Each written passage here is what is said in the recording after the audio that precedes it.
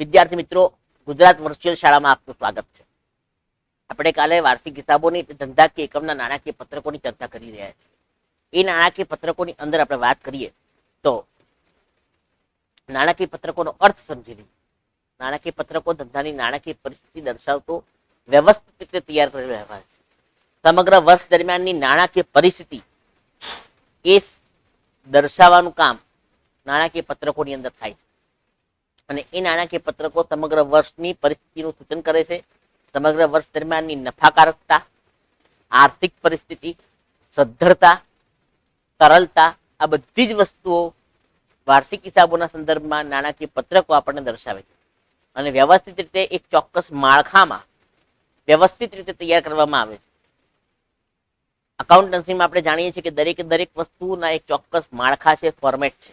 આમનો પણ એક ચોક્કસ માળખામાં લખાય છે, પેટાનો પણ ચોક્કસ માળખામાં લખાય છે, રોકડ મેળ પણ એના ફોર્મેટમાં વ્યવસ્થિત લખાય છે. એમ સમગ્ર અકાઉન્ટન્સીનો અંત હાર્દ કહી શકાય એવા વાર્ષિક હિસાબો, એવા નાણાકીય પત્રકો જે કહી શકાય, એ પણ આપણે વ્યવસ્થિત રીતે રજૂ કરવામાં આવે છે. અને એ સમગ્ર ધંધાની નાણાકીય પરિસ્થિતિમાં મેં કીધું એમ બધી બાબતોનો સમાવેશ થઈ ગયો. આર્થિક સ્થિતિ, આર્થિક સદ્ધરતા, કાચો નફો, ચોખ્ખો નફો, નફાકારકતા, તરલતા, આ બધાનો સમાવેશ એમાં થઈ જાય છે. તો ટૂંકા ગાળાની પરિસ્થિતિ, લાંબા ગાળાની પરિસ્થિતિ, આ બધી બાબતોનો સમાવેશ એની અંદર થાય છે.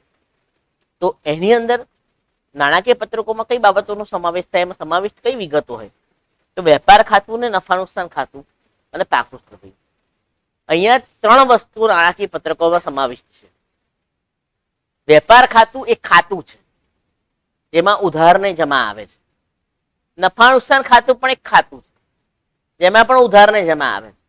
અને પાકું સરવૈયું પત્રક છે. ખાસ વિદ્યાર્થી મિત્રો ધ્યાન રાખજો, પરીક્ષામાં MCQ પૂછાય વેપાર ખાતું શું છે તો એ ખાતું છે, નફા નુકસાન ખાતું એ શું છે તો ખાતું છે, પાકું સરવૈયું શું છે તે પત્રક છે. પાકું સરવૈયું પત્રક છે. પાકા સરવૈયામાં ઉધાર જમા બાજુ હોતી નથી.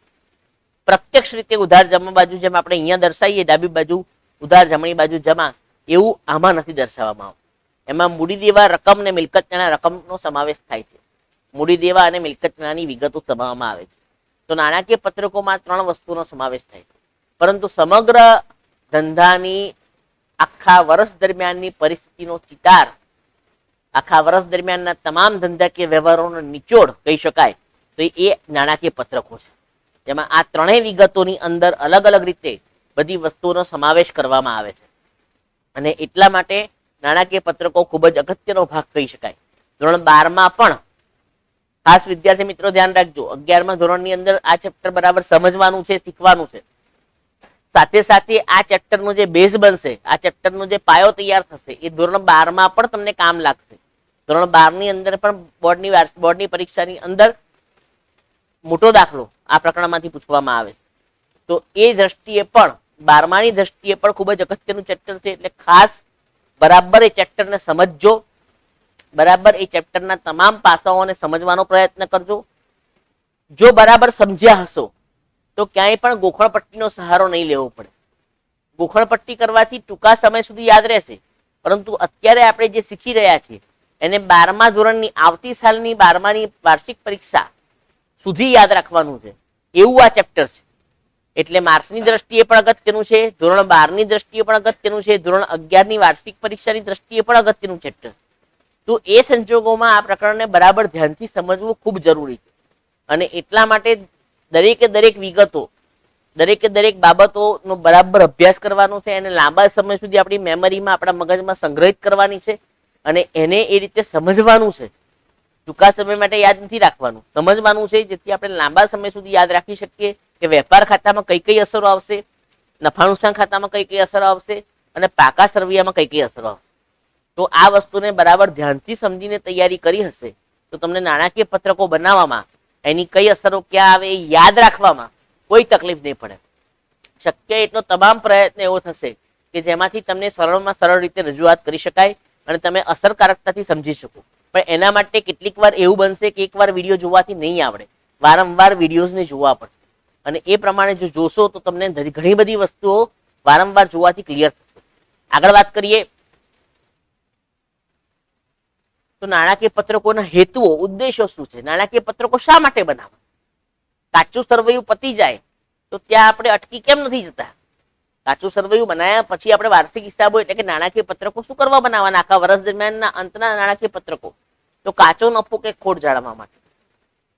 વર્ષ દરમિયાનના પ્રત્યક્ષ ખર્ચાઓને આધારે કાચો માલ લાવવાનો અને એની ઉપર ફેક્ટરી કે કારખાનામાં પ્રોસેસ કરવાનો, એનો જે ખર્ચ છે એ ખર્ચ કર્યા પછી આપણને કાચો નફો કે કાચી ખોટ કેટલી થાય છે. કેટલીક વાર નફો પણ થાય, કેટલીક વાર ખોટ પણ થાય. તો એ જાણવું જરૂરી છે અને એ જાણવા માટે આપણે વેપાર ખાતાનો સહારો લેવો પડે. એટલે માટે એને માટે આપણે વેપાર ખાતું બનાવવું પડે. તો કાચો નફો અને કાચી ખોટ જાણવા માટે વેપાર ખાતું બનાવવું જરૂરી છે. વેપાર ખાતાના આધારે જ ઉત્પાદનને લગતી તમામ વિગતોનો સમાવેશ એમાં કરવામાં આવે. તેના અંતમાં જે પરિણામ આવે એ જો ઉધાર બાજુ ખૂટે, એની વિગતે આપણે આગળ સમજીશું. જો ઉધાર બાજુ ખૂટે તો કાચો નફો છે, જમા બાજુ ખૂટે તો કાચી ખોટ છે.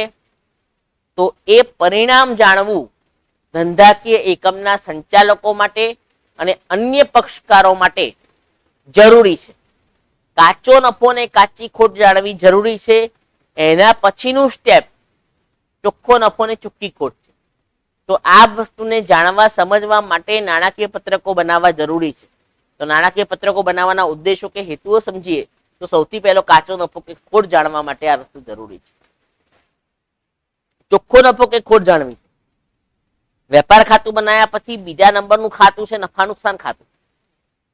આ નફા નુકસાન ખાતામાં ચોખ્ખો નફો અને ચોખ્ખી ખોટ ઉત્પાદન થયા પછી કઈ કઈ પ્રવૃત્તિઓ કરવામાં આવે છે અને એ પ્રવૃત્તિઓ પાછળ થતી આવક અને જાવકનો હિસાબ નફા નુકસાન ખાતામાં રાખવામાં આવે છે.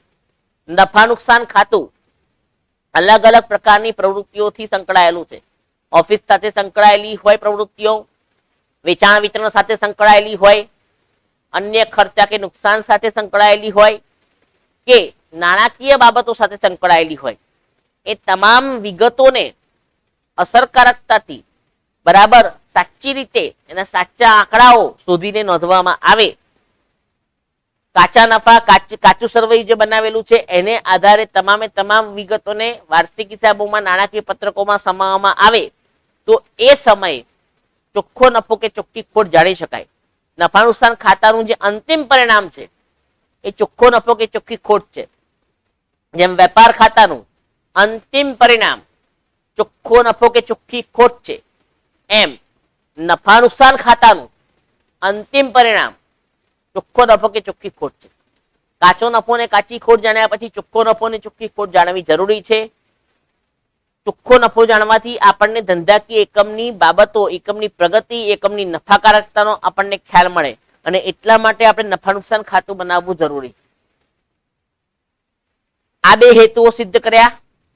હવે આગળના ત્રીજા હેતુ માટે વાત કરીએ તો આર્થિક સ્થિતિ જાણવી છે.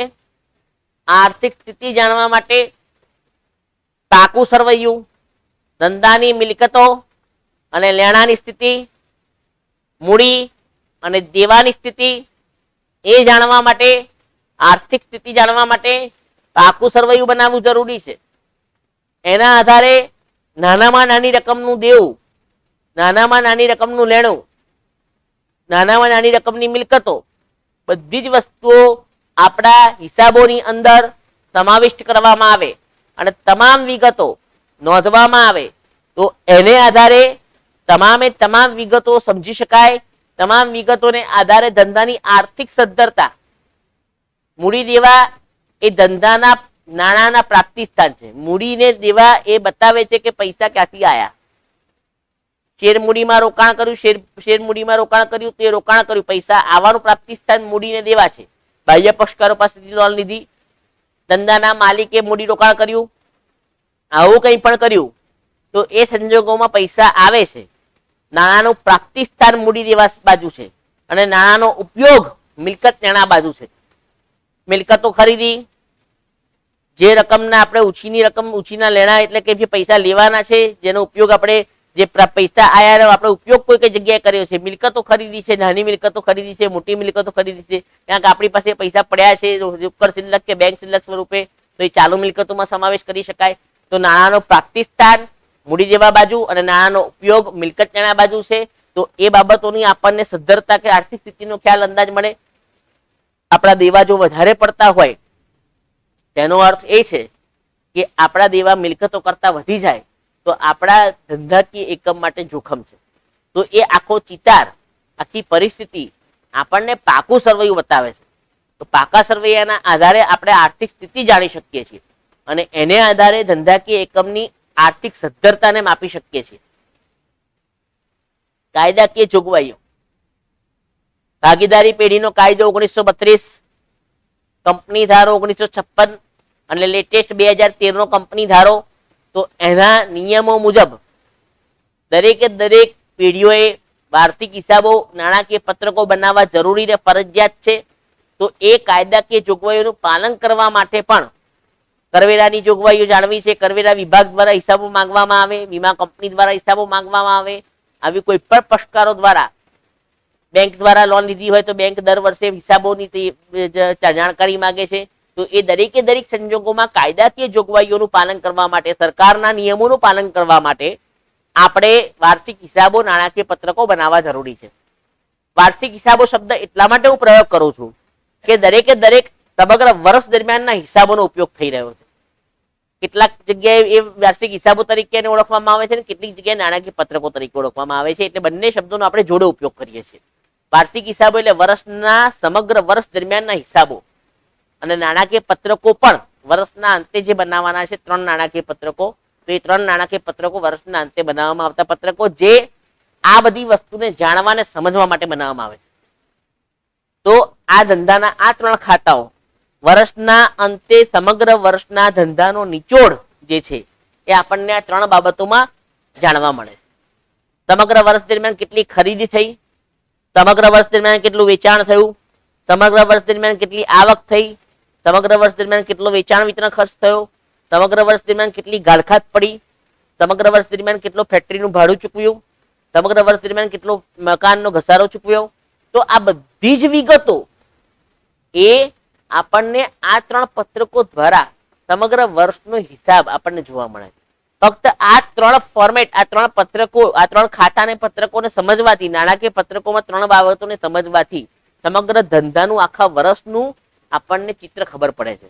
એટલા માટે આ નાણાકીય પત્રકો બનાવવા જરૂરી છે અને એના આધારે કોઈ પણ વ્યક્તિ જોઈને સમગ્ર ધંધાની પરિસ્થિતિનો અંદાજ મેળવી શકે છે, સમગ્ર ધંધાની ચોખ્ખા નફા અને ચોખ્ખા ખોટની પરિસ્થિતિ જાણી શકે છે.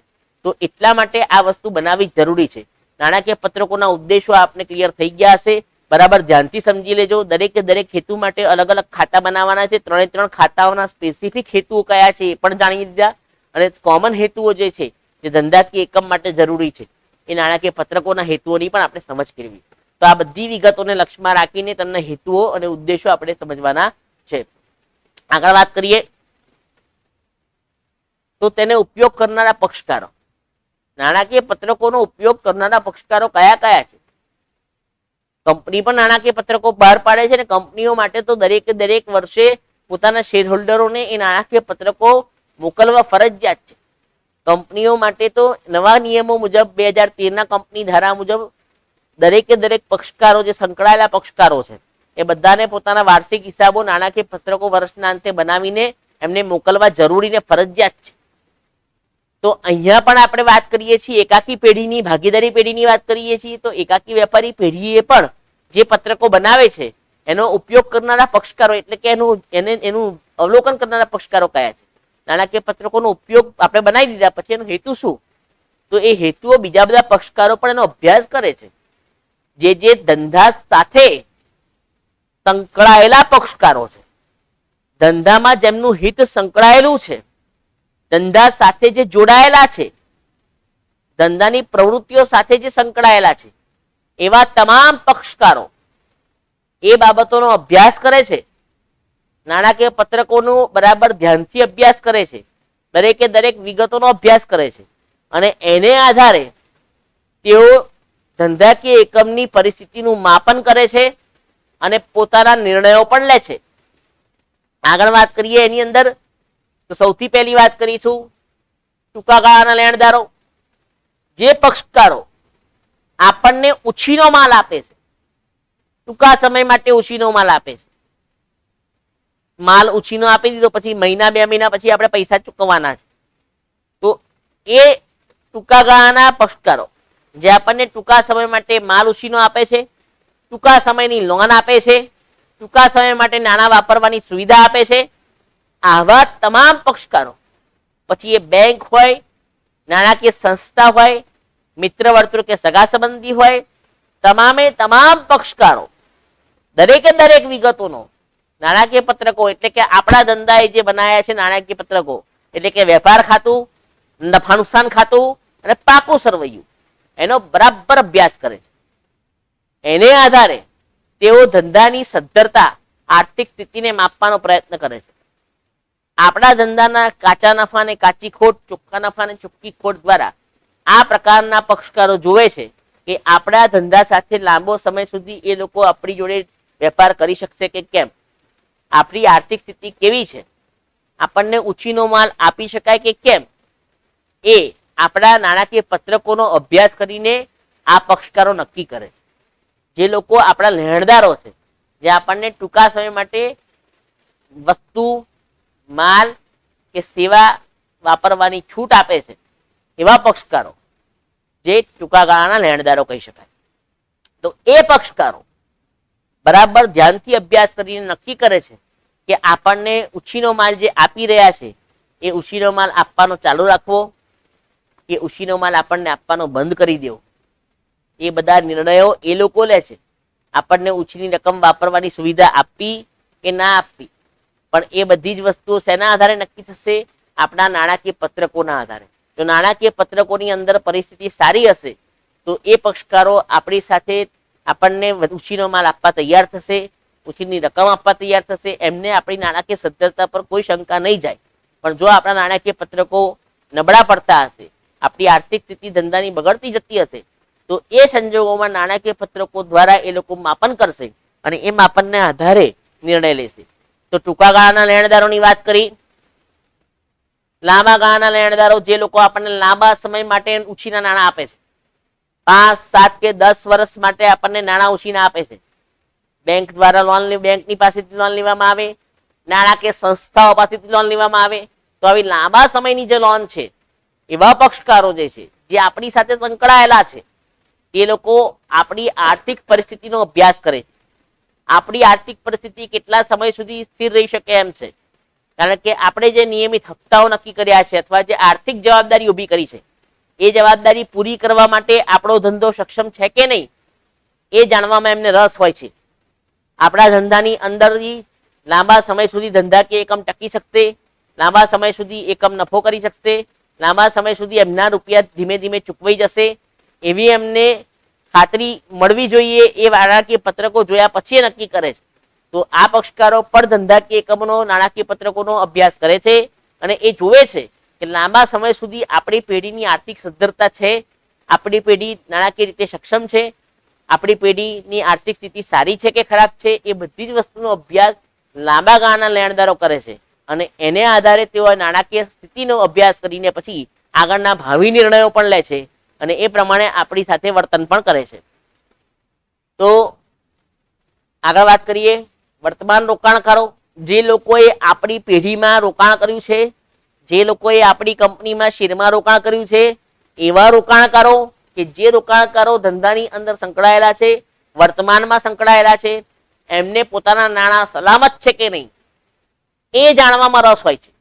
એમની મૂડી સલામત રહેશે કે ડૂબી જશે, આપણી કંપનીમાં વિશ્વાસ મૂક્યા પછી આપણા દ્વારા નાણાંનો સદુપયોગ વ્યવસ્થિત થઈ રહ્યો છે, નાણાકીય આયોજન બરાબર થઈ રહ્યું છે, ધંધાકીય એકમનો નફો વધી રહ્યો છે કે નહીં, આ બધી બાબતોનો અભ્યાસ એ લોકો કરે છે. તો વર્તમાન રોકાણકારો જે આપણી બાબતો પર લક્ષ્ય રાખીને બેઠા છે, આપણા ધંધાકીય એકમ ઉપર લક્ષ્ય રાખીને બેઠા છે, આપણા ધંધાકીય એકમની પરિસ્થિતિ જો બગડશે તો એ લોકો આપણા કંપનીના શેર વેચી દેશે, ઝડપથી એમાંથી બહાર નીકળી જશે, આપણી કંપની પર વિશ્વાસ નહીં મૂકે. તો આ સંજોગોમાં કંપનીની આર્થિક સ્થિતિ માટે વર્તમાન રોકાણકારો ધ્યાનથી અભ્યાસ કરીને આગામી ભાવિ નિર્ણયો પણ લે છે. તો વર્તમાન પરિસ્થિતિમાં વર્તમાન રોકાણકારો ધંધાકીય એકમ સાથે સંકળાયેલા રોકાણકારો આ બધી બાબતોનો અભ્યાસ કરે છે.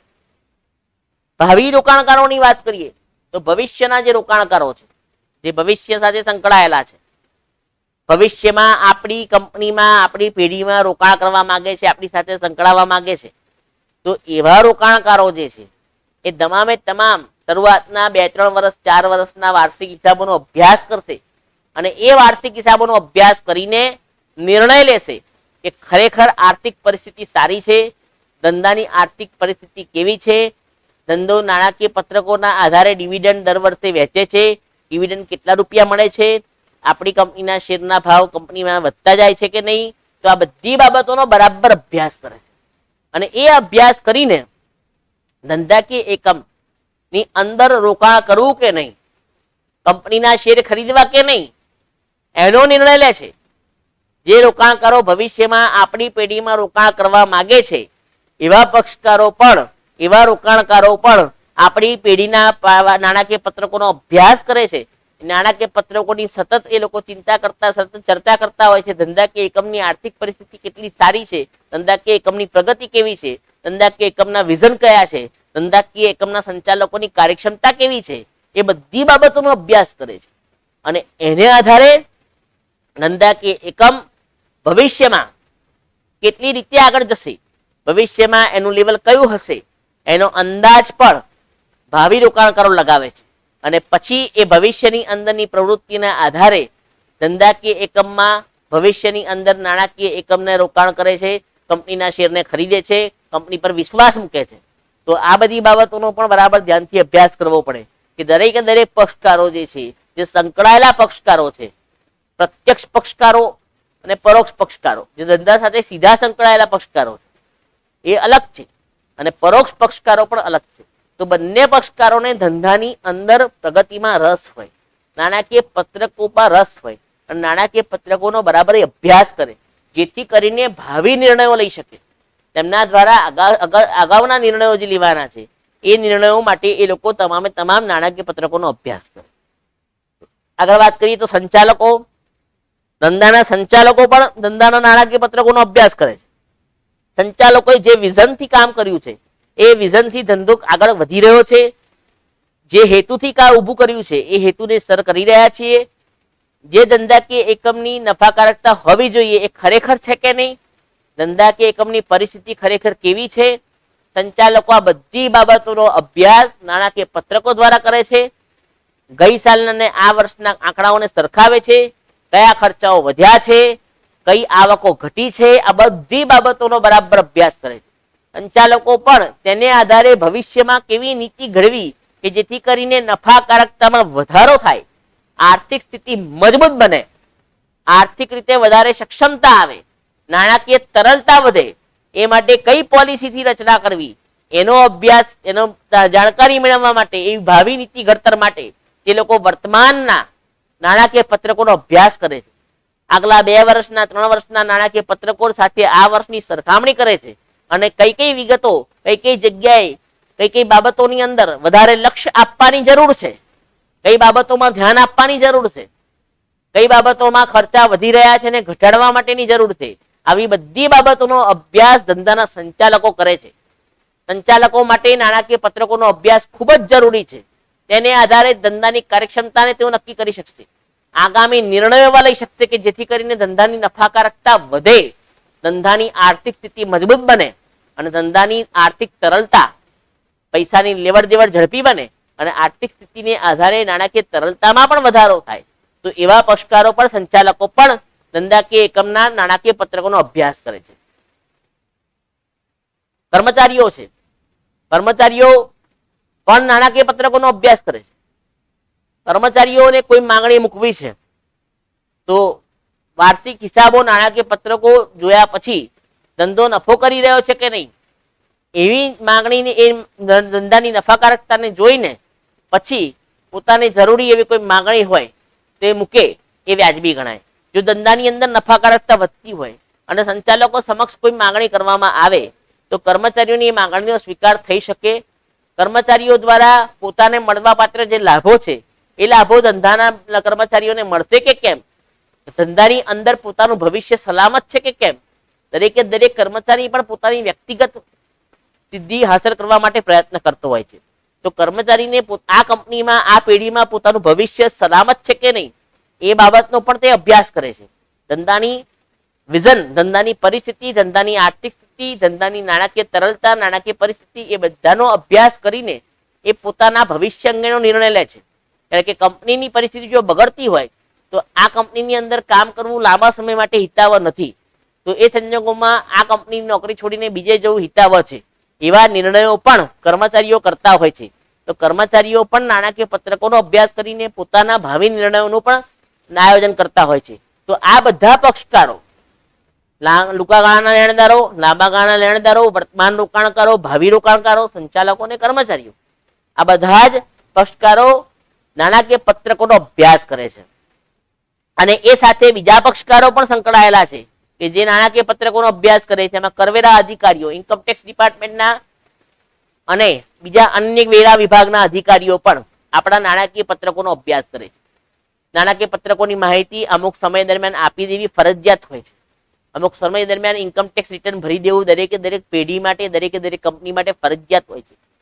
તો એ સંજોગોમાં કંપનીના તમામે તમામ હિસાબો તૈયાર થઈ જાય, નાણાકીય પત્રકો તૈયાર થઈ જાય અને સમયસર કરવેરા અધિકારીને બીજા અન્ય વિભાગો જોડે પહોંચી જાય એ જોવાની જવાબદારી સંચાલકોની છે. તો સંચાલકો દ્વારા તમામે તમામ નાણાકીય પત્રકો બની જાય અને કરવેરા અધિકારી સુધી પહોંચી જાય. પછી કરવેરા અધિકારીઓ અને અન્ય પક્ષકારો, અન્ય વિભાગના વેરા વિભાગના અધિકારીઓ તેનો વેરો નક્કી કરે છે અને કેટલો વેરો કંપનીએ પેઢીએ ભરવાનો છે એ નક્કી કરવામાં આવે છે. તો કરવેરા અધિકારીઓ પણ ધંધાકીય એકમની નાણાકીય પત્રકોનો અભ્યાસ કરે છે અને તેને આધારે કરવેરાની ગણતરી કરે છે. ધંધાની આર્થિક સ્થિતિ કેવી છે તેનો પણ અભ્યાસ કરે છે અને આ બધી બાબતોને આધારે ધંધાકીય એકમની નાણાકીય પરિસ્થિતિ ભવિષ્યમાં કેવી રહેશે તેની પણ ખાતરી મેળવે છે. અને કોઈ પણ સંજોગોમાં તેમને ચૂક જણાય, કોઈ પણ સંજોગોમાં ક્યાંય ભૂલ જણાય તો કરવેરા અધિકારીઓ કંપની માટે જે કંઈ પણ સલાહ સૂચનો છે તેનું પાલન કરાવવા માટે કંપનીને બંધનમાં મૂકી શકે છે. નિયમોના પાલન મુજબ પત્રકો બનાવ્યા છે કે નહીં તે તમામે તમામ વિગતોની ચકાસણી સરકારના વિભાગો દ્વારા થાય છે. તો આ બધી વસ્તુઓ જે છે એ કરવેરા અધિકારીઓ કરવેરા નક્કી કરવા માટે નાણાકીય પત્રકોનો અભ્યાસ કરે છે. પછી ગ્રાહકો, ધંધાના ગ્રાહકો પણ ધંધાની નાણાકીય પત્રકોનો અભ્યાસ કરે. ગ્રાહકો એ વિચારે છે કે પેઢી આપણને જે કંઈ પણ વસ્તુ આપે છે એની ગુણવત્તા કેવી છે, એ પેઢી નફાકારકતાની અંદર કેવી રીતે પરિણામ બતાવી રહી છે, ભવિષ્યની અંદર આ પેઢી ચાલુ રહેશે, આપણે આ વસ્તુ પ્રોડક્ટ વાપરીએ છીએ તો એ વસ્તુ લાંબા સમય સુધી ચાલુ રહેશે. આપણે નાણાકીય પત્રકોના આધારે ગ્રાહકો નક્કી કરે છે કે ધંધાકીય એકમ કઈ રીતે આગળ વધી રહ્યું છે, ધંધાકીય એકમ ભવિષ્યમાં શું કરવા માંગે છે અને એની સાથે સંકળાયેલા ગ્રાહકો ધંધાકીય એકમના નાણાકીય પત્રકોને આધારે ધંધાની સાથે જોડાયેલા રહેવું કે નહીં તે નક્કી કરે છે. કેટલાક ગ્રાહકો ઉંદર જેવા હોય છે કે જે એકવાર એક પ્રોડક્ટ ખરીદે પછી બીજી વાર બીજી પ્રોડક્ટ ખરીદે. તો આવા ગ્રાહકો કોઈ જગ્યાએ સ્થિર બંધાયેલા હોતા નથી. કેટલાક ગ્રાહકો એ બિલાડી જેવા હોય છે જે એ ઘરને વફાદાર રહે, જે ઘરમાંથી એને ખોરાક મળતો હોય એ ઘર પ્રત્યે વફાદાર હોય છે. એટલે કે જે તે પેઢી, જે તે સંસ્થા એની વસ્તુ વાપરવાનો આગ્રહ રાખે છે. બીજી કોઈ વસ્તુ કદાચ સસ્તી મળતી હોય તો પણ એ વસ્તુ વાપરવાનો આગ્રહ નથી રાખતી અને એ જે તે પેઢીની વસ્તુઓનો જ આગ્રહ રાખતી હોય છે. અને કેટલીક પેઢી, કેટલાક ગ્રાહકો કૂતરા જેવા, આપણે રૂપકની દ્રષ્ટિએ સમજીએ છીએ. આનો અર્થ આપણે એ સમજવાનો છે કે ગ્રાહકોના પ્રકારો કયા કયા છે. તો એવા ગ્રાહકો એ માલિકને વફાદાર હોય છે. એ સંચાલક જે પેઢી સાથે સંકળાયેલો છે એ સંચાલક પર ભરોસો મૂકીને, એ સંચાલકની કંપનીમાં વિશ્વાસ મૂકીને એની વસ્તુ વાપરવાનો આગ્રહ રાખે છે. તો આ પ્રકારના ગ્રાહક વર્ગ પણ જોવા મળે છે. તો એ લોકો પણ આનો બરાબર અભ્યાસ કરે છે અને નાણાકીય પત્રકો પરથી પોતાના ભવિષ્ય અંગેના નિર્ણયો લે છે. સરકાર બી અલગ અલગ વિભાગો સરકારના અલગ અલગ વિભાગો જે તે ધંધાને સાંકળતા ને જે તે ધંધાને લાગુ પડતા જે પક્ષકારો છે, જે સરકારના વિભાગો એની સાથે સંકળાયેલા છે, ધારો કે કેમિકલ બનાવતી કંપની હોય તો કેમિકલ વિભાગ પણ એનું ચેકિંગ કરે. સરકારના અધિકારીઓ તો કરે જ, કરવેરા વિભાગ તો કરે જ, પણ કેમિકલ વિભાગના અધિકારીઓ પણ એના નાણાકીય હિસાબોનું ચેકિંગ કરે, નાણાકીય પત્રકોનું ચેકિંગ કરે. તો આવી રીતે સરકારના જે પક્ષકારો એની સાથે સંકળાયેલા છે એ લોકો પણ એની નાણાકીય પત્રકોની ચર્ચા કરે છે, નાણાકીય પત્રકોની માહિતી મેળવે છે અને નાણાકીય પત્રકોના આધારે ભવિષ્યમાં કંપનીની પેઢીની પરિસ્થિતિ અને તમામે તમામ બીજી બાબતો જે તેમની સાથે સંકળાયેલી છે. દરેક પક્ષકારનો હેતુ અલગ અલગ હોય છે. કોઈને સદ્ધરતામાં રસ હોય છે, કોઈને નાણાકીય તરલતામાં રસ હોય છે, કોઈને નફાકારકતામાં રસ હોય છે. તો અલગ અલગ પક્ષકારો પોતાના એંગલથી નાણાકીય પત્રકોનું મૂલ્યાંકન કરે છે, નાણાકીય પત્રકોની વિગતોને ચકાસે છે અને એ પ્રમાણે પોતાના સંકળાયેલા જે નિર્ણયો છે એનું ઘડતર કરે છે. તો સરકાર દ્વારા પણ નિર્ણયો લેવામાં, સરકાર દ્વારા પણ અલગ અલગ પક્ષકારો અલગ અલગ વિભાગો સાથે એમને સાંકળવામાં આવે છે અને એ લોકો પણ ચર્ચા વિચારણા કરીને નાણાકીય પત્રકોનો અભ્યાસ કરે છે. પછી સંશોધકો, કેટલાક સંશોધકો, ધંધાકીય એકમ સાથે સંકળાયેલા સંશોધકો, મોટે ભાગે શેર બજારમાં આવા સંશોધકો જોવા મળતા હોય છે. નાણાકીય રોકાણકારો પણ સારા સંશોધકો હોય છે. કેટલાક રિસર્ચ કરનારા વિદ્યાર્થીઓ પણ સંશોધન કરતા હોય છે. તો જે તે પેઢીના નફાકારકતાના, તરલતાના, સદ્ધરતાના અલગ અલગ ગુણોત્તરોની ચકાસણી કરીને, એમની સરખામણી કરીને પેઢીની આર્થિક સ્થિતિનું માપન કરતા હોય છે. તો સંશોધકો દ્વારા પણ આ પ્રકારના નાણાકીય પત્રકોનો બરાબર અભ્યાસ થાય. નાણાકીય પત્રકોને આધારે અલગ અલગ પ્રકારની ગણતરીઓ કરીને, અલગ અલગ પ્રકારના વિશ્લેષણ કરીને એ બાબતોની અંદરથી તારણ મેળવવામાં આવે છે કે ધંધાકીય એકમની ભવિષ્યની સ્થિતિ કેવી હશે, ધંધાકીય એકમનો વર્તમાન નફો કેટલો છે, ધંધાકીય એકમની વર્તમાન સદ્ધરતાની સ્થિતિ શું છે. તો આવા અલગ અલગ ગુણોત્તરો બી છે કે જેને આધારે ગણતરી કરીને એનું વિશ્લેષણ કરવામાં આવે છે અને સંશોધકો વિશ્લેષણ દ્વારા તમામે તમામ વિગતોની રિસર્ચ કરતા હોય છે.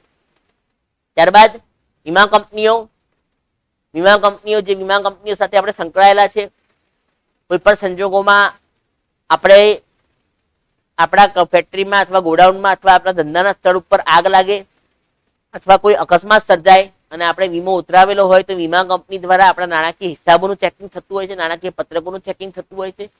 આપણા જે પત્રકો છે બીજા સંકળાયેલા એનો પણ એ લોકો અભ્યાસ કરે છે અને એને આધારે લોકો વીમા કંપનીઓ પણ એનો અભ્યાસ કરીને તેમના દ્વારા જે નિર્ણય લેવાનો છે, જે કંઈ પણ વળતર આપવાનું છે અથવા અન્ય પ્રકારના જે પક્ષકારો છે, વીમા કંપનીઓ લોન પણ આપે છે, વીમા કંપનીઓ અન્ય પ્રવૃત્તિઓ પણ કરે છે. તો એમના સંદર્ભમાં એ લોકો પણ નાણાકીય પત્રકોનો અભ્યાસ કરે. જાહેર જનતા પણ નાણાકીય પત્રકોનો અભ્યાસ. સામાજિક જવાબદારી ધંધાકીય એકમ કેટલી ઉપાડે છે. ધંધાકીય એકમ નફાકારકતા તો કરે છે, પણ સાથે સાથે ધંધાના સમાજના સાથે ધંધો સમાજમાંથી આગળ આવ્યો છે. સમાજના લોકો જ્યારે ધંધાની વસ્તુ ખરીદે છે ત્યારે ધંધાનું વેચાણ વધે છે, ધંધાની આવક વધે છે. તો ધંધો પોતે કેટલી સામાજિક જવાબદારી અદા કરે છે, જાહેર જનતા માટે શું કરે છે, સુખાકારી માટે શું કરે છે, તો એ જાહેર જનતા એનો અભ્યાસ કરે છે. અને નાણાકીય હિસાબો આટલી બધો નફો થવા છતાં, સરકાર આટલી બધી કંપની નફો થવા છતાં કેટલીક કંપનીઓ સમાજ માટે કંઈક કરે છે, સમાજના હિતમાં કંઈક કરે છે.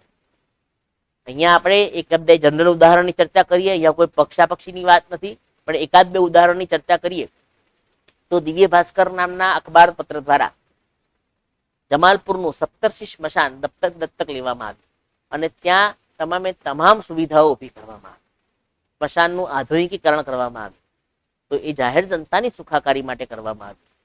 કેટલીક કંપનીઓએ કેટલાક બગીચાઓને સાર સંભાળ રાખવા માટે, દેખભાળ રાખવા માટે દત્તક લીધેલા છે અને તેની સાર સંભાળનો ખર્ચ તેઓ ભોગવે છે. તો એ આ એક સામાજિક જવાબદારી છે. જાહેર જનતા આ પણ જુએ છે કે કંપની નફાકારકતા કરે છે, પણ સાથે સાથે સમાજ માટે શું કરે છે. કેટલીક કંપનીઓએ પોતે હોસ્પિટલો ઊભી કરી છે અને ત્યાં જાહેર જનતા માટે મફતમાં અથવા બહુ ઓછા ખર્ચે સુવિધાઓ મળે એવા પ્રયત્નો બી કર્યા છે. તો આ બધી સરાહનીય બાબતો છે. એવી પેઢીઓની, એવી કંપનીઓ સામાજિક જવાબદારી સારી રીતે અદા કરે છે. તો એવી જાહેર જનતાના પક્ષકારો પણ પોતે અભ્યાસ કરે છે.